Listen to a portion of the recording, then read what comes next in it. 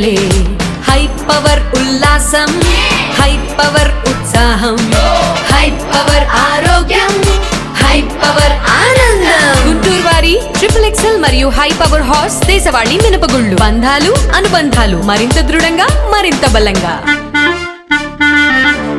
Guntur corporation standing committee ఎన్నికల్లో ఎలాగైనా విజయం సాధించాలని టీడీపీ తహతహలాడుతుందని డిప్యూటీ మేయర్ డైమండ్ బాబు వ్యాఖ్యానించారు.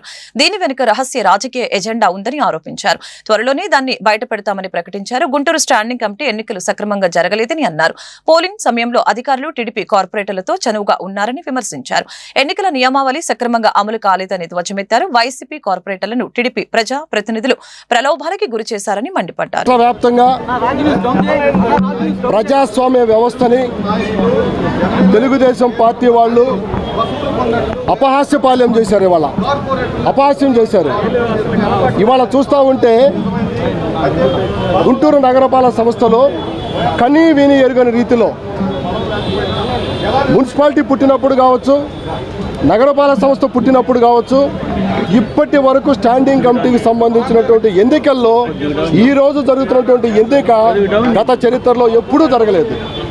ఇవాళ జరుగుతున్నది ఎలా ఉందంటే 57 మంది సభ్యులుంటే 57 మంది సభ్యులు ఒక సభ్యుడు మరణించాడు. 56 మంది 56 మంది సభ్యులకి 250 మందిని పోలీసు వాళ్ళని కాపలా పెట్టారంటే ఇవాళ ప్రజాస్వామ్యం ఏ రీతిగా ఉందో అర్థమవుతా ఉంది.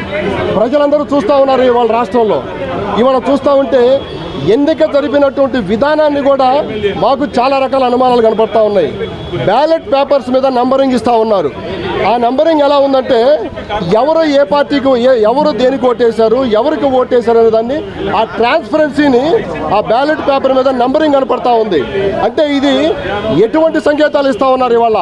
ఎందుకంటే నగరపాలక సంస్థ అధికారులు అధికార పార్టీకి సంబంధించినటువంటి వ్యక్తుల ప్రలోభాలకు గురయ్యారంటానికి ఒక ఎగ్జాంపుల్ కనపడతా ఉంది.